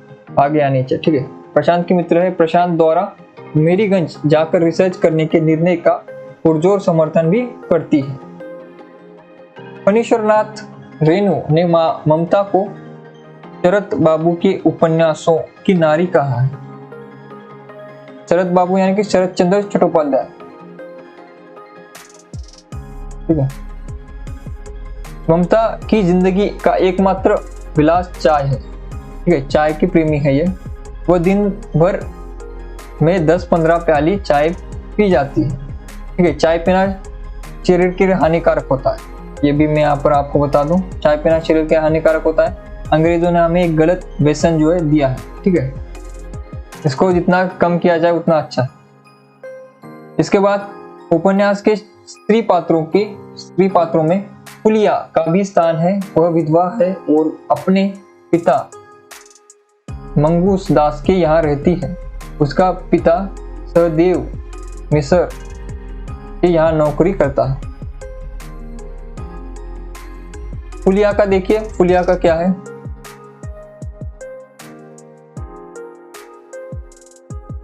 फुलिया ऐसी पात्र है जिसका संबंध ज्यादा व्यक्तियों के साथ। फुलिया का संबंध सहदेव मिसर, खलासी और पेंटमैन से होता है। ठीक है, फुलिया ऐसी स्त्री है जिनका एक से ज्यादा व्यक्तियों के साथ संबंध रहता है, पुरुषों के साथ। फुलिया चारित्रिक दृष्टि से एक कमजोर पात्र के रूप में वर्णित है। फुलिया पहले पहल सहदेव मिसर के साथ पकड़ी जाती है और अपना गुनाह भी कबूल करती है। फुलिया का विवाह खलासी के साथ हो जाता है, किंतु खलासी को कोक्सीबाग में रहने वाली किसी पतुरिया से संबंध रहने के कारण वह उसके पास नहीं आता। फुलिया अंत में किसी पेंटमैन के यहाँ रहने लगती है। वह भी फुलिया को किसी गुप्त रोग में फंसाकर किनारा कर लेता है। मंगला मेरीगंज में कांग्रेसी पार्टी की ओर से खुलने वाले चरखा सेंटर की मास्टरीन है। ठीक है, ये पूछा जा सकता है चरखा सेंटर जो आपके कथानक में है उसकी मास्टरिंग कौन है, तो मंगला है।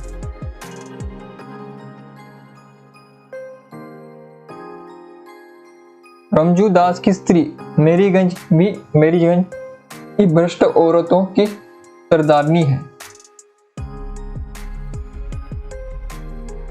ठीक है, रमजू दास की स्त्री वह कुटिनी का भी काम करती है, वह गांव की औरतों को बिगाड़ती है। फुलिया और खलासी रमजू दास की स्त्री के यहाँ ही मिलते थे। ठीक है, तो रमजू दास स्त्री क्या है, ये गांव की स्त्रियों को बिगाड़ने का काम करती है और गांव की जो बिगड़ेल स्त्रियां हैं उनको सहारा देना, उनको उनके काम करना, जैसे फुलिया और खालसी को मिलाना, ये सब कुछ कार्य जो है गलत कार्य, ये सब कुछ करने की सरदारनी थी। हबा रानी अपने पति किशन बाबू के साथ स्वतंत्रता आंदोलन में कूद पड़ती है। वह एक सहृदय और देश प्रेमी महिला है। आभा रानी किसको पुत्र मानती है, ये बताएं मुझे। आभा रानी पुत्र किसको मानती है, बेटा किसको मानती है? आभा रानी किसको अपना बेटा मानती है? आभा रानी बावन दास को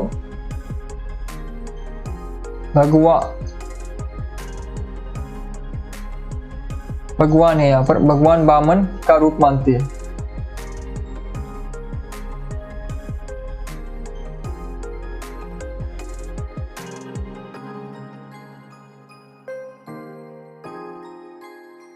फिर रंगपियरिया तंत्रिमा टोली की रहने वाली है तथा रामदास की दासी या रखेल के रूप में रहती है। यह कुंवर किशोरी है।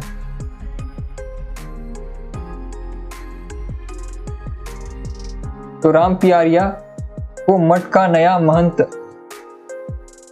डमपियाडी कहता है। राम पियारिया की लक्ष्मी को मठ छोड़ने के लिए विवश कर देती है। पार्वती की माँ गांव वालों में मौसी के नाम से विख्यात है।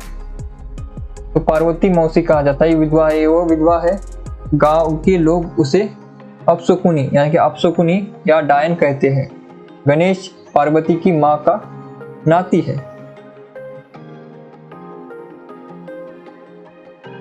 रामकुपाल सिंह राजपूत टोली के प्रमुख मुखिया है जो बाद में मेरीगंज में रहने लगे।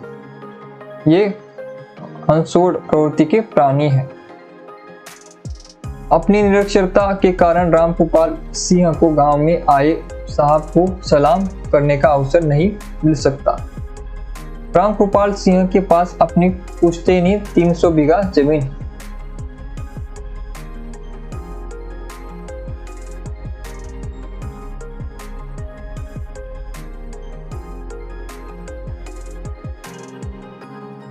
आगे बढ़ते, रामकुपाल सिंह को अपनी ऊंची जाति और शान पर गर्व है। वह नीची जाति को बिल्कुल पसंद नहीं करता।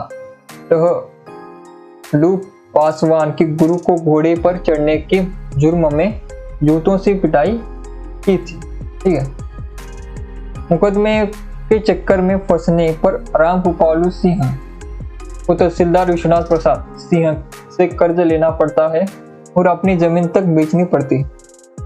शास्त्रियों के जानकार महंत सेवादास इलाके के साधु ज्ञानी समझे जाते थे, किंतु नारी सहचार्य और अपनी काम लिप्सा के कारण भ्रष्ट हो गए।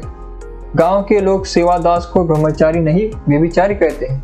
महंत सेवादास की मृत्यु पर रामदास के द्वारा यह प्रवाद फैलाया जाता है कि उनकी इच्छा मृत्यु हुई है, यानी उन्होंने इच्छा की थी कि मृत्यु हो जाए और उनकी मृत्यु हुई। इस प्रकार से फैलाया जाता है जिससे उनका नाम और ऊंचा हो जाए। ठीक है, महंत रामदास व्यभिचारी गुरु सेवादास का अंति व्यसनी और भ्रष्ट अनपढ़ और गवार चेला है। ठीक है, संत साधु बन गए लेकिन है अनपढ़। ठीक है, और गवार चेला। महंत सेवादास के मरने के बाद रामदास को ही महंत की गद्दी मिलती और ये दोनों ही किसका शोषण करते हैं? दोनों मिलकर, सेवादास और रामदास। बताइए किस स्त्री का शोषण किया था इन दोनों ने मिलकर? लक्ष्मी का। ठीक है, लक्ष्मी जो पात्र है जो सबसे प्रमुख पात्रों में से एक है इस उपन्यास में, उसका शोषण करते हैं। रामदास लक्ष्मी को अपनी काम वासना का शिकार बनाते हैं और बाद में मठ में आने वाली रामपियारिया के साथ भी वही करता है। ठीक है, तो रामदास इस दोनों के साथ जो है वे विचार करता है।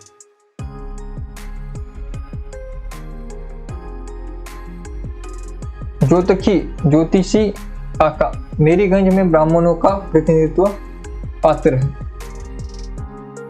ज्योतिषी का विश्वास है कि डॉक्टर लोग ही देह में जहर की सुई भोंक रोग फैलाते हैं। हैजा के समय कुओं में दवा डाल देते। ठीक है, शुरुआत में ही आपको उपन्यास में मिलेगा कि ज्योतिषी नाम का जो पात्र है ये अंधविश्वास को बढ़ाने का कार्य करता है। ठीक है, और ये ब्राह्मणों का प्रतीक है कि डॉक्टर क्या करते हैं, डॉक्टर जो है आपका इलाज करते थे। पहले लोग इलाज करने के लिए ब्राह्मणों के पास इधर उधर झाड़ फूक ये सब कुछ करने जाते थे, तो इनका जो बिजनेस है डॉक्टर के आने के कारण बंद हो गया। उसी कारण से वो डॉक्टर के खिलाफ गलत फहमियां पहुंचाते कि वो इंजेक्शन देकर जहर आपके शरीर में डाल रहे हैं, कुएं में जो है दवा डालकर हैजा फैला रहा है। इस प्रकार से जो ज्योतिषी अंधविश्वास को और बढ़ावा देता है, लोगों में भ्रम पैदा करता है।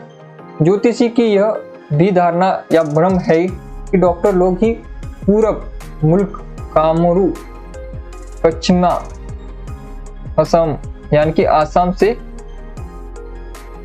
काल बुरखा वालों का लहू शीशों में बंद करके यहाँ लाए थे, जिससे यह बीमारी फैली है। ठीक है, ये क्या कहते हैं ज्योतिषी काका यानी कि चाचा होता है। ठीक है, ज्योतिषी काका का अर्थ होता है चाचा, ये चाचा शब्द।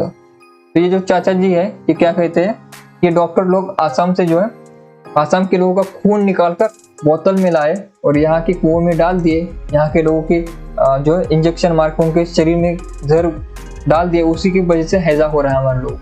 ठीक है, इस प्रकार से अंधविश्वास फैलाता है। ज्योतिषी का दवा के बारे में धारणा है कि विलेती दवा में गाय का खून मिला रहता है। विलेती यानी कि विदेशी। ठीक है, दवा क्योंकि अंग्रेजों के वहां पर फैक्ट्री में बना करते थी, वहां से आती थी इंग्लैंड से।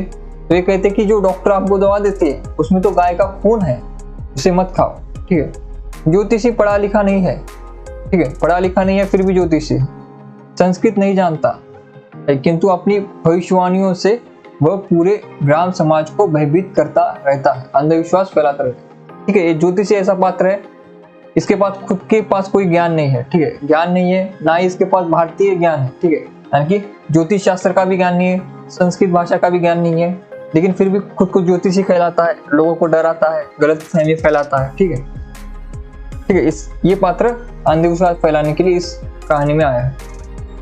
खिलावन सिंह यादव दूध घी बेचकर धन और अपनी प्रतिष्ठा को बढ़ाता है। गांव के लोग इसे नया मातवर कहा कहते हैं। ठीक है, नया मातवर कहते हैं खिलावन सिंह, जो कि दूध घी का बिजनेस करता है।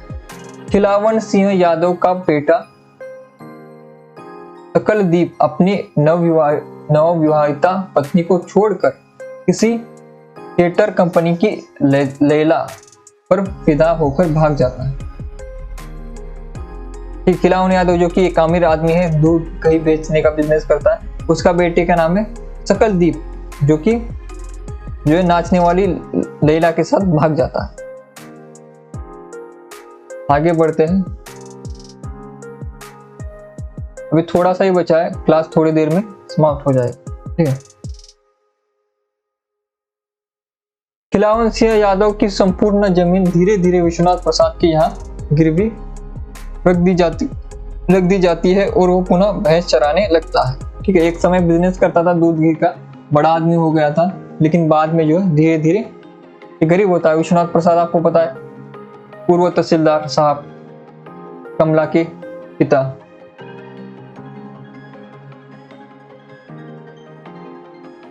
कुमरित दास को रेणु जी ने बेतार का तार के रूप में चित्रित किया है, जो ईंधन इधर की बात उधर करने में माहिर है। बेतार का तार यानी कि बिना तार के तार भेजने वाला, यानी कि जैसे देवताओं में एक देव है नारायण। ठीक है, नारद मुनि जो है उसी प्रकार से ये गांव का नारद मुनि है, इधर की बात उधर करता है, उधर की बात इधर करता है, दोनों पक्षों में जाता है ये, ठीक है। इसलिए इसे बेतार का तार कहा जाता है। लित्तर कर्मकार नामी गिरामी डकैत है, जिसके ऊपर बिहार सरकार ने 15,000 रुपए का इनाम ऐलान किया, ठीक है। उस समय 15,000 यानी कि आजकल तो ये लाखों में चला जाएगा, ठीक है। और सरकार 1 लाख रुपए देती है यानी कि उसका वैल्यू करोड़ों में होगा, ठीक है। इतना बड़ा गुंडा था। सोमा जाट भी एक डकैत है, किंतु चलितर कर्मकार से कमतर है, ठीक है। ये छोटा गुंडा है। सोमा के चेहरे पर लोहे सी कठोरता है और आंखों में बिल्ली सी चमक।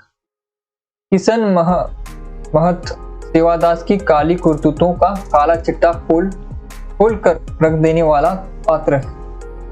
लक्ष्मी के साथ होने वाले कुकृत्यों का हृदय विदारक चित्रण करता है, ठीक है। किशन महंत वो आदमी है जो कि लक्ष्मी पर होने वाले अन्याय के खिलाफ लड़ता है। प्यारू डॉक्टर प्रशांत का ये सेवक है, ठीक है। प्यारू डॉक्टर प्रशांत का बड़ा ही स्वाभाविक सेवक है। पहले वह किसी होम्योपैथी डॉक्टर के साथ कार्य करता था, फिर अभी डॉक्टर प्रशांत के साथ कार्य करता। WG मार्टिन एक गोरा साहब है, यानी कि अंग्रेज है, जिसने अपनी पत्नी मेरी के नाम पर गांव का नामकरण मेरीगंज रखा। मेरीगंज में उसकी पत्नी मलेरिया बुखार से मर जाती है, ठीक है।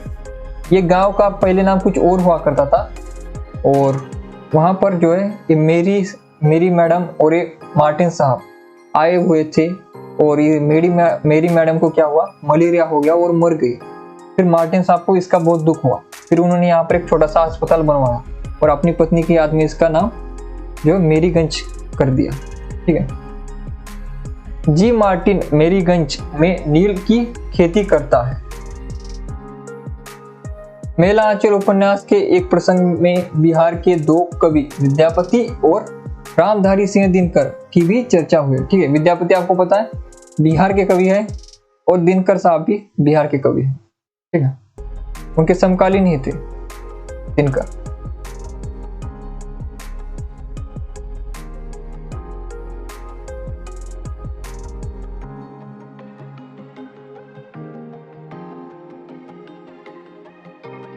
एक जवान आदमी को शारीरिक भूख न लगे, अभी यहाँ पर कथन है, ठीक है। कथन पीछे से शुरू हुआ शायद, ठीक है। मेला आचरण के महत्वपूर्ण कथन। पहला कथन है, गरीबी और जहालत इस रोग के 2 कीटाणु है, डॉक्टर प्रशांत ने कहा है। भावुकता का दौर भी एक खतरनाक रोग है, डॉक्टर तरफदार कहते हैं। वह नए संसार के लिए इंसान को स्वस्थ और सुंदर बनाना चाहता था। यहाँ इंसान है कहाँ? अभी पहला काम है जानवर को इंसान बनाना, ये डॉक्टर प्रशांत ने कहा है। कोई दिल नामक ऐसा भाव यंत्र भी है जो बायोलॉजी के सिद्धांतों से परे है, ठीक है।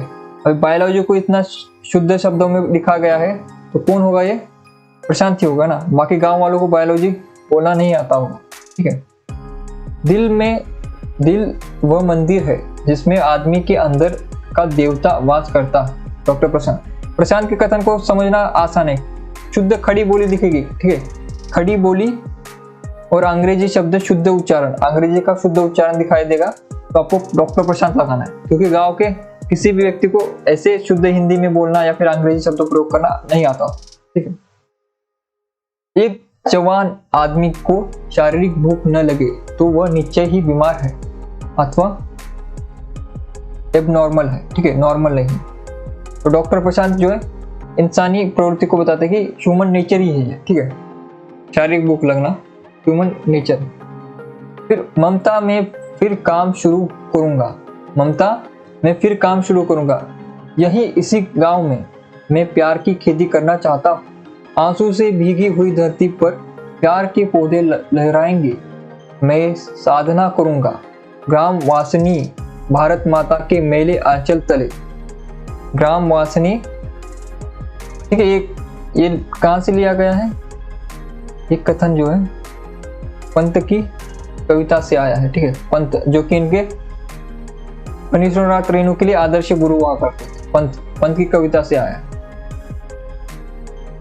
भारत माता ग्राम वासिनी पहला है आंचल, इस प्रकार से एक कविता है उनकी पंत की, उस कविता से ये लिया गया है। माँ वसुंधरा धरती माता, माँ अपने पुत्र को नहीं मार सकी, लेकिन पुत्र अपनी माँ को गला टीपकर मार देगा। जय श्यामला, ठीक है। ये डॉक्टर प्रशांत ने कहा है। कुश्ती लड़ने वाले को औरत से 5 हाथ दूर रहना चाहिए, ठीक है। कालीचरण का उस्ताद कहता है। डॉक्टर जिन है, कमला कहते हैं। जिन यानी कि जादू से, मतलब डॉक्टर क्या है, बड़ी आसानी से कुछ ही दिनों में जो है किसी भी आदमी को ठीक कर सकता है। तो गांव वालों को क्या लगता है, जैसे कमला जो कि पढ़ी लिखी नहीं है उतने, तो उसे लगता है डॉक्टर एक जिन है जो कि मुझे ठीक कर देगा। और ये डॉक्टर जिन कौन है? प्रशांत है। आप होली खेल रहे हैं या इंजेक्शन दे रहे हैं? चुटकी में अबीर लेकर ऐसे खड़े हुए है मानो किसी की मांग में सिंदूर देना है, ठीक है। ये कमला कहती है। किसको कहेगी ये? ठीक है, आप ये पढ़कर ही आप समझ पाओगे ये किसी का है इनने, डॉक्टर प्रशांत को, ठीक है। डॉक्टर प्रशांत को आप कहती है। माँ अपराध के लिए आखिर कोई सजा तो मिलती ही चाहिए, जिसको घर में ही जेहल दे दो, ठीक है। ये कमला कहते हैं। मैं आप लोगों के दिल में आग लगाना चाहता हूँ, सोए हुए को जगाना चाहता हूँ। मैं आपको मीठी बातों में भुलाना नहीं चाहता, वह कांग्रेस का काम है। मैं आग लगाना चाहता हूँ, एक कालीचरण कहता है, ठीक है।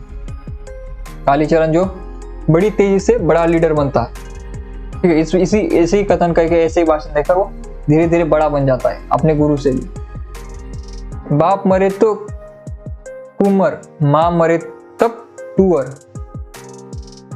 ठीक है। ये किसका कथन है? इसकी माँ का कथन है ये। हम मेरीगंज को चंदन पट्टी की तरह बनाना चाहते हैं, बलदेव कहते हैं। बलदेव जो कि एक सच्चे नेता थे। झगड़ू न जाहो कचहरिया, बेईमानों के ठाट चाहा, ये बलदेव का ही है, बालदेव का है। टीक मोच काटकर मुर्गी का अंडा खिलाकर कॉमरेड बनाया जाता है। ये गलत बातें फैलाता है, कैसे कि मुर्गे का अंडा खिलाकर जो है कॉमरेड बनाया जाता है, बालदेव कहता है। औरतों के देह से तो हल्दी, लहसुन, प्याज और घास की गंध निकलती है, बालदेव कहता है। माँ तुम्हें तुम्हारे भगवान से ईर्ष्या होती है, गांधी जी।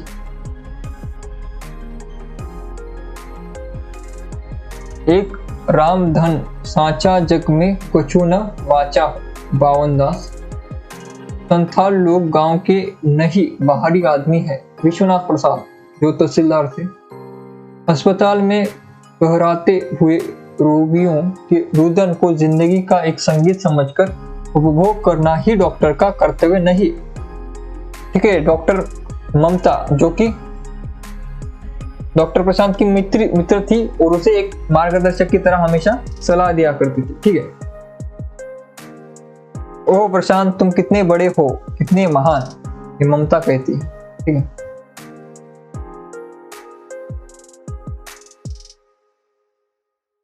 आगे बढ़ते हैं।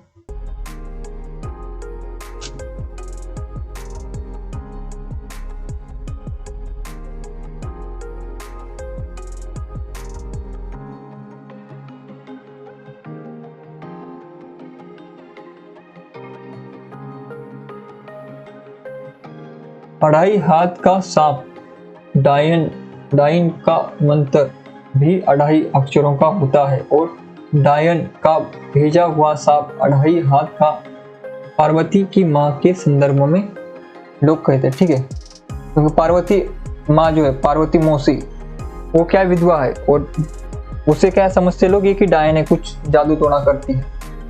सचमुच विद्या की बड़ी महिमा है, रामकृपाल सिंह कहते। रामकृपाल सिंह क्या है? जो जिनको विद्या नहीं मिली, जो पढ़े लिखे नहीं है।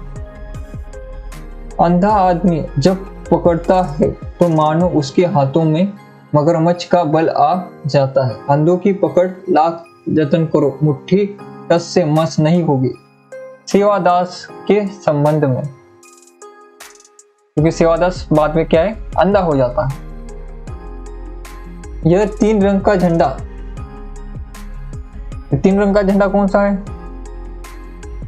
थोड़ा सा सादा, थोड़ा लाल, थोड़ा पीला। यह तो खिचड़ी पट्टी का झंडा है। वासुदेव। कांग्रेस को खिचड़ी पट्टी है। कांग्रेस तो खिचड़ी पट्टी है। इसमें जमींदार है, सेठ लोग है और पासंग मारने के लिए थोड़ा किसान मजदूरों को भी मेंबर बना लिया जाता है। वासुदेव जो कांग्रेस के खिलाफ जो हमेशा कहता, ठीक है, और ये सोशलिस्ट पार्टी में लाने के लिए ये सारे कार्य करता, ठीक है। कांग्रेस के विरुद्ध में सोशलिस्ट पार्टी, जो कि जिस पर मार्क्सवाद का प्रभाव। प्यारे भाइयों, आप लोग जी आंदोलन किए है वह अच्छा नहीं है। अपना कान देखे बिना कौवा के पीछे दौड़ना अच्छा नहीं। कि जो बताया कहा होता है कि कोई बोलता है कौवा आपका कान लेकर गया, तो कौवे के पीछे मत भागो, पहले अपने कान चेक कर लो कि कान तो नहीं गए। तो ये यहाँ पर बलदेव बताता है कि पहले आपके कान चेक करो, यानी पहले आप देखो जो आंदोलन कर रहे हो उसमें कुछ कितने सच्चाई है, ठीक है। इस प्रकार से बालदेव जो है जागृत करने का काम करता। आदमी के अंदर के पशु को उसने बहुत करीब से देखा है। विधवा आश्रम, अबला आश्रम और बड़े बाबुओं के घर आया की जिंदगी उसने बिताई है। अबला नारी हर जगह अबला ही है। रूप और जवानी नहीं, यह भी गलत। औरत होना चाहिए, रूप और उम्र की कोई खेद नहीं। एक असहाय औरत देवता के संरक्षण में भी सुख चैन से नहीं सो सकती। मंगला देवी के संदर्भ में यहाँ पर स्त्री के जीवन का दर्शन यहाँ पर खींचा गया कि स्त्री चाहे वो रूपवती हो, उसकी उम्र 16 साल हो या फिर 40 साल, लेकिन जो कुकर्म करने वाले पुरुष है उनकी नजर उन पर वैसी ही पड़ेगी, तो वो कहीं पर भी सुरक्षित नहीं। इवन देवता के संरक्षण में वो सुख से सो नहीं सकती, ठीक है। इस प्रकार की वहां उस समय की स्त्रियों की संदर्भ में रेणु कहते हैं, ठीक है, मंगला देवी के संदर्भ में, लेकिन लिखा तो रेणु नहीं है। दुनिया के दोख गुण को देखने के पहले अपनी काया की ओर निहारो। मन मैला तन सुथोरो, उल्टी जग की रीत, पहले मन को साफ करो। मन पवित्र नहीं, इसलिए वो दुखी होता है, निराश होता है। लक्ष्मी, ठीक है, लक्ष्मी ने अपने जीवन में बहुत कुछ भोगा था, इसी से उसका जीवन में दर्शन आया है, ठीक है। दर्शन उसका कहाँ से आया? उसके जीवन में जिसने वो दुख देखे, उसी से उसने दर्शन अपना निकाला कि उसने ऐसे पुरुषों को देखा जो ऊपर से तो साफ सुथरे महंत है, लेकिन उन्होंने ही उसके साथ कुकर्म किया, अत्याचार किया, उसका शोषण किया। तो वहीं से इसका यह दर्शन निकलता है लक्ष्मी का, ठीक है, कि बाहर से नहीं अंदर से स्वच्छ हो, अंदर से जो है साफ हो जाओ, अंदर से पवित्र हो जाओ। कोई रिसर्च कभी असफल नहीं होता है डॉक्टर, तुमने कम से कम मिट्टी को तो पहचाना है। मिट्टी और मनुष्य से मोहब्बत छोटी बात नहीं, ये ममता कहती है, जो उसकी मित्र है डॉक्टर ममता। लेबोरेटरी विशाल प्रयोगशाला, ऊंची चार दीवारी में बंद प्रयोगशाला, मारात्मक विध्वंसक और सर्वनाश शक्तियों के सम्मिश्रण से एक ऐसे बम की रचना हो रही है जो सारी पृथ्वी को हवा के रूप में परिणित कर देगा। चारों ओर महाअंधकार, सब पाश।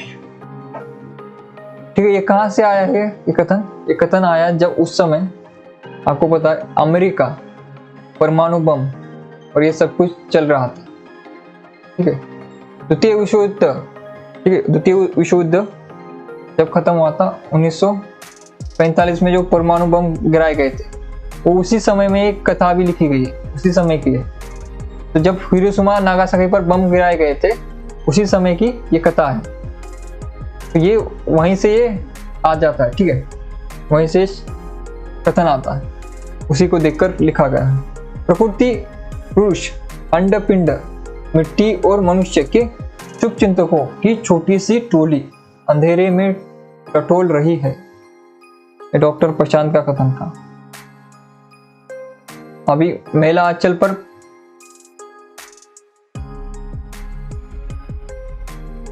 कुछ महत्वपूर्ण समीक्षाएं, इसे हम छोड़ देते, ठीक है। विद्वानों की राय देखेंगे, मेला आंचल पर विद्वानों की राय देखेंगे अंतिम। रेणु और मेला आंचल पर विद्वानों की राय। उपेंद्रनाथ आश्क कहते हैं, रेणु गायन और वादन शास्त्र के पंडित मालूम होते हैं। ढोल हो, मृदंग हो या दूसरा साज नृत्य का गीत या लोकगीत की तान, जहां तहां भी उन्होंने वर्णन किया है, शब्दों में जान डाल दी है, ठीक है। रेणु जी के मेला आंचल में जहां जहां लोक संगीत आया है उसका उन्होंने बखूबी प्रयोग किया है। इसी पर उपेंद्रनाथ आश्क कहते हैं कि इनके पास उन सारे गायन और वाद्य यंत्रों की नॉलेज होगी। डॉक्टर रामविलास शर्मा, मेला आंचल में नई चीज है लोक संस्कृति का वर्णन। लोक गीतों, लोक नृत्यों के वर्णन द्वारा लेखक ने एक अंचल विशेष की संस्कृति का चित्रण अंकित किया है। ये रामविलास शर्मा इंपॉर्टेंट है, इनको याद रखो। फिर नेमिचंद्र जैन, भारत की अतुलनीय लोक संस्कृति को अपूर्व संपत्ति का इस पुस्तक मेला आंचल में सर्वथा नवीन प्रयोग है। सुभाष कुमार, रेणु लोक संस्कृति के महानायक है, महागायक है, ठीक है। महागायक कहा लोक संस्कृति का सुभाष कुमार ने। शिवदान सिंह चौहान, गोदान में अगर आजादी के पहले के भारत और गरीबी और अमीर किसान और जमींदार के परस्पर संबंध का यथार्थ चित्र पेश किया गया तो मेला आंचल में आजादी की बात, ठीक है। ये काफी सुंदर व्याख्या है शिवदान सिंह चौहान की, तो इसे याद रखिएगा, ठीक है, आ भी सकती है। नलिन विलोचन शर्मा ने कहा, मैंने इसे गोदान के बाद हिंदी का दूसरा महान उपन्यास माना।